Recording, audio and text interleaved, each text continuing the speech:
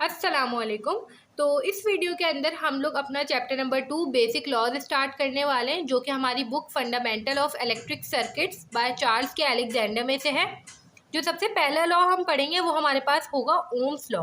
मगर उसको समझने से पहले हमें कुछ चीज़ें समझनी पड़ेंगी, क्योंकि हमारे पास ओम्स लॉ जो है वो क्या है। अगर उसका थोड़ा सा बेसिक इंट्रोडक्शन दूँ मैं आप लोगों को, रिलेशनशिप है करंट और वोल्टेज के दरमियान एक रेजिस्टर पर।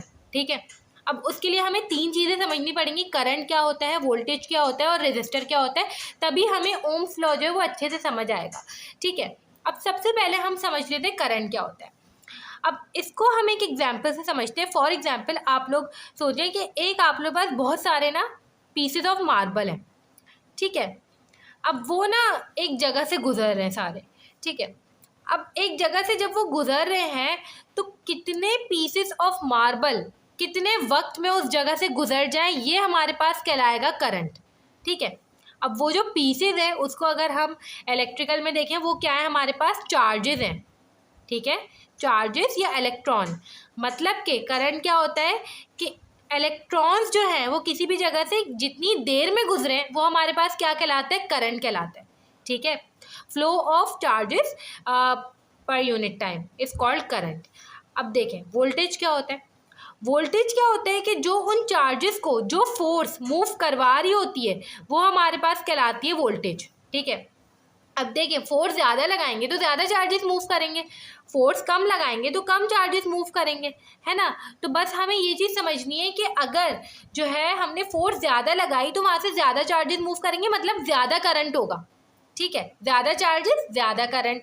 और अगर फोर्स कम लगाई तो वहाँ से कम चार्जेस मूव करेंगे किसी भी वक्त में, और वहाँ पे कम करंट होगा। सही है, तो वोल्टेज और करंट तो हो गया। अब रेजिस्टर अगर देखें, रेजिस्टर हमारे पास क्या है। रेजिस्टर जो है ना, किसी भी वायर में हम इस तरह से सिंबल बनाते हैं, किसी भी सर्किट के अंदर ये रेजिस्टर का सिंबल होता है। ठीक है, और रेजिस्टर ऐसा कोई भी मटेरियल या ऐसा कोई भी चीज़ जो करंट के फ्लो को रोके, मतलब वो चार्जेस को गुजरने से रोकेगा, तो वो हमारे पास कहलाएगा रेजिस्टर। ठीक है, अब ये तीन चीज़ें, अगर ये तीन चीज़ें आप लोगों को क्लियर हो गई हैं तो ओम्स लॉ बिल्कुल ईजिली समझ आ जाएगा। ठीक है, अब देखिए ओम्स लॉ क्या है। ओम्स लॉ हमें बताता है कि करंट और वोल्टेज के दरमियान, करंट वो जो चार्जेस गुजर रहे हैं कितने वक्त में, वो करंट है। वोल्टेज वो ऐसी फोर्स जो उन चार्जेस को फ्लो करवा रही है, वोल्टेज। ठीक है, करंट और वोल्टेज के दरमियान क्या रिलेशनशिप है, एक रेजिस्टर के ऊपर। ठीक है, मतलब एक रेजिस्टर से करंट गुजरेगा, ठीक है, वहाँ पर कुछ ना कुछ वोल्टेज भी होगा, तो क्या रिलेशनशिप है उन दोनों के दरमियान का, ये हमारे पास कहलाता है ओम्स लॉ। और अब हम देख लेते हैं कि ओम्स लॉ की स्टेटमेंट क्या है हमारे पास। अब देखिए ये हमारे पास ओम्स लॉ की स्टेटमेंट है। Ohm's law state that the voltage across a resistor is directly proportional to the current flowing through the resistor. अगर आप लोगों को करंट और वोल्टेज का कॉन्सेप्ट समझ आ गया है तो ये बात बिल्कुल ईजिली समझ आ जाएगी। ओम्स लॉ हमें क्या बताता है कि किसी भी रेजिस्टर के ऊपर वोल्टेज डायरेक्टली प्रोपोर्शनल होता है करंट के। अगर हम इसको मैथमेटिकल फॉर्म में लिखना चाहें तो voltage is directly proportional to current, ये इसकी मैथमेटिकल फॉर्म है। अब इस बात का मतलब क्या है, इस बात का ये मतलब है कि किसी भी रेजिस्टर पर वोल्टेज जितना ज़्यादा होगा करंट उतना ही ज़्यादा होगा, करंट जितना ज़्यादा होगा वोल्टेज उतना ही ज़्यादा होगा। ठीक है, अब ये बात ईजिली समझ आती है हमें कैसे। भाई जितनी ज़्यादा फोर्स होगी उतनी ही ज़्यादा चार्ज मूव करेंगे। ठीक है, फोर्स ज़्यादा होगी तो चार्ज ज़्यादा मूव करवाएगा वो, और अगर चार्ज ज़्यादा मूव करवाएंगे तो करंट ज़्यादा होगा। ठीक है, चार्ज ज़्यादा मूव करेंगे तो करंट ज़्यादा होगा, और अगर करंट ज़्यादा है तो ऑटोमेटिकली हम यही कहेंगे कि वहाँ पे फोर्स ज़्यादा लग रही है, तभी तो करंट ज़्यादा है। ठीक है, तो दोनों आपस में एक दूसरे के डायरेक्टली प्रोपोर्शनल है, इससे हमें ये बात पता चलती है। ये इसकी मैथमेटिकल फॉर्म है।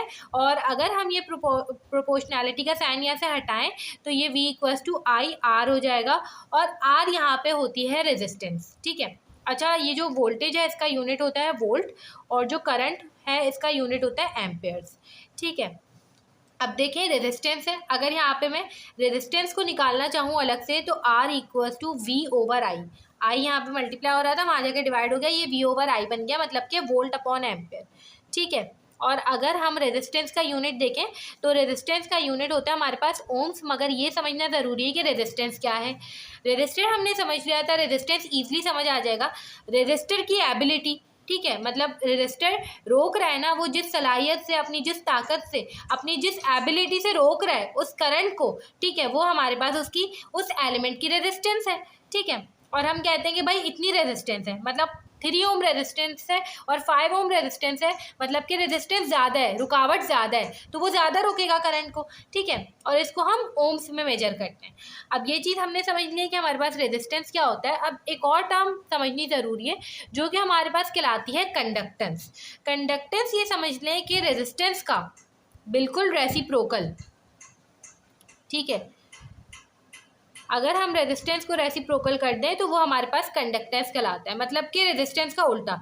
रेजिस्टेंस फ्लो को रोकेगा, कंडक्टेंस जो है वो फ्लो करवाएगा करंट, ठीक है। और जो है हमारे पास क्या होती है, is the ability of an element, किसी भी एलिमेंट की वो एबिलिटी जो इलेक्ट्रिक करंट को कंडक्ट करवाए, फ्लो करवाए, ठीक है, वो हमारे पास कंडक्टेंस कहलाती है। और इसका यूनिट होता है, बिल्कुल ओम्स को उल्टा कर दे, मो, ठीक है।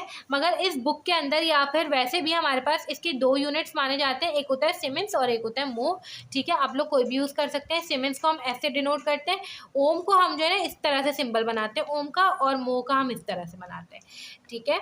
ये कुछ बातें थी ओम्स लॉ की।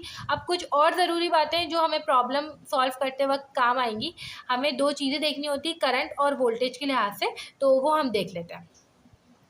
अब देखिए, हमने ओम्स लॉ तो देख लिया है, मगर कुछ बातें हैं जो हमें हमेशा प्रॉब्लम सॉल्व करते वक्त BEE के या बेसिक इलेक्ट्रिकल इंजीनियरिंग के प्रॉब्लम्स जब भी हम सॉल्व करते हैं तो हमें जो है वो जहन में रखनी चाहिए, वरना हमारे न्यूमेरिकल्स गलत हो जाते हैं, ठीक है। वो बातें क्या है उसको समझने से पहले हम ये देखेंगे कि हमारे पास ना किसी भी सर्किट के अंदर जब हम आगे सर्किट्स को देखा करेंगे ना, तो उसमें 2 तरह के एलिमेंट्स होंगे, एक्टिव एलिमेंट्स, वैसे तो ये हम चैप्टर नंबर 1 में देख चुके हैं, ठीक है, और पैसिव एलिमेंट्स।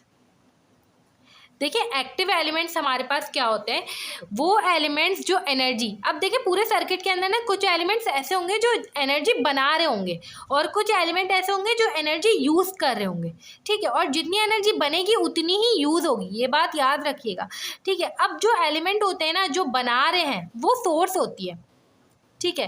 अब वो करंट सोर्स भी हो सकती है, करंट सोर्स को हम ऐसे डिनोट करते हैं और वोल्टेज सोर्स को हम ऐसे डिनोट करते हैं, ठीक है। ये बातें याद रखें। सोर्सेज जो होती हैं वो हमेशा एनर्जी बनाती हैं और वो एनर्जी यूज़ कौन करते हैं, पैसिव एलिमेंट। अब अभी हमने एक ही पैसिव एलिमेंट पढ़ा है और हम इसको सिंपल रखेंगे, ज़्यादा कैपेसिटर, इंडक्टर ये सारी चीज़ें नहीं देख रहे, मैं अभी आप लोगों को एक ही बता रही हूँ। रजिस्टर पढ़ा है हमने, रजिस्टर जो है वो एलिमेंट, ये जो एनर्जी है ना इनकी बनाई हुई वो यूज़ कर रहा होता है, ठीक है। ये हमारे पास करंट सोर्स है, करंट सोर्स, और ये हमारे पास है वोल्टेज सोर्स, सही है। अब एक और बात हमेशा याद रखें, जो करंट होगा ना, ठीक है, करंट BEE में करंट को हम हमेशा डायरेक्शन से डिनोट किया करेंगे, ठीक है। मतलब कि हमारे पास करंट की हमेशा डायरेक्शन देखी जाती है, करंट फ्लो किधर कर रहा है, ठीक है, इस तरह से, इस तरह से, और सोर्स भी बनी है तो देखिए डायरेक्शन बताई गई है हमें, ठीक है। और वोल्टेज की हमेशा पोलैरिटी देखी जाती है, ये बात याद रखें, पोलैरिटी, ठीक है, मतलब के प्लस और माइनस। अब मैं आप लोगों को एक बात बताती हूँ, एक जो है आप लोगों को चीज़ याद रखनी है कि जो पैसिव एलिमेंट होते हैं ना, मतलब कि जो रेजिस्टर, अभी के लिए जो रेजिस्टर होगा, रेजिस्टर के ऊपर अगर वोल्टेज इस तरह से ना प्लस माइनस, ठीक है, तो करंट हमेशा ना पॉजिटिव से एंटर होना चाहिए, ये चीज़ इसकी हमेशा हमें याद रखनी है। मतलब कि हमेशा जो है हमारे पास रेजिस्टर के अंदर करंट पॉजिटिव से ही एंटर होगा, ये बात आप लोगों ने हमेशा याद रखनी है। और अगर सोर्स बनी हुई है ना प्लस माइनस इस तरह से, अब आप लोग ये बोलेंगे इधर भी पॉजिटिव से एंटर होगा, नहीं, करंट की डायरेक्शन इसमें यूँ होनी चाहिए, मतलब नेगेटिव से एंटर होना चाहिए करंट। ये 2 बातें हमेशा याद रखनी है, वरना ये बहुत मसले करते हैं न्यूमेरिकल्स में, ठीक है। अभी ही ये बातें पता चल जाए तो अच्छी बात है, प्रॉब्लम सॉल्व करते वक्त मुश्किल नहीं होती। हमेशा याद रखें, रजिस्टर के अंदर जो करंट है वो पॉजिटिव से एंटर होता है, मतलब जहाँ डायरेक्शन है ना करंट की वो पॉजिटिव होनी चाहिए, पॉजिटिव से अंदर आना चाहिए रजिस्टर के, और सोर्स के अंदर हमेशा नेगेटिव से आना चाहिए करंट। और अगर ऐसा नहीं है, ठीक है, अगर ऐसा नहीं है, करंट की डायरेक्शन आप लोगों को सर्किट बना के दिया हुआ है और करंट की डायरेक्शन दी हुई है यूँ और दिखाया हुआ है कि नेगेटिव टर्मिनल है, ठीक है, तो आप लोगों ने सिंपल क्या करना है, हमने ओम्स लॉ पढ़ा है ना, ओम्स लॉ हमने क्यों पढ़ा है, हम प्रॉब्लम में यूज़ करेंगे, करंट निकालेंगे, कहीं पे वोल्टेज निकालेंगे, कहीं पे रेजिस्टेंस निकालेंगे। तो आप लोगों ने क्या करना है, करंट की अगर उन्होंने उल्टी डायरेक्शन दी हुई है ना, तो करंट को आप लोगों ने खुद नेगेटिव कर देना है, हमेशा बात याद रखें, करंट को आप लोगों ने नेगेटिव कर देना है। अगर यहाँ पर भी ऐसा होता कि करंट की डायरेक्शन इन्होंने यूँ दी हुई होती, मतलब उल्टी डायरेक्शन दी हुई है, जो हमारे पास स्टैंडर्ड है, स्टैंडर्ड याद रखें हमेशा, स्टैंडर्ड के अलावा उल्टी दी हुई है, तो हमें हमेशा करंट को नेगेटिव कर देना है, ठीक है, ये चीज़ अभी नहीं पता चलेगी, जब प्रॉब्लम सॉल्व करेंगे तो ज़्यादा अच्छे से क्लियर हो जाएगी। अगर नहीं समझ आ रही है तो ये चीज़ छोड़ दें, ठीक है। जब प्रॉब्लम सॉल्व करेंगे तो खुद ही पता चल जाएगी। मगर जो हमारे पास स्टैंडर्ड है वो ये है कि रजिस्टर के अंदर हमेशा पॉजिटिव से एंटर होगा और सोर्स के अंदर हमेशा नेगेटिव से एंटर होगा। ये सारी बातें याद रखनी है। अब नेक्स्ट वीडियो के अंदर हम लोग जो है शॉर्ट सर्किट और ओपन सर्किट पढ़ेंगे। उसके बाद जो अगली वीडियोज़ में इसकी प्रॉब्लम्स स्टार्ट करेंगे।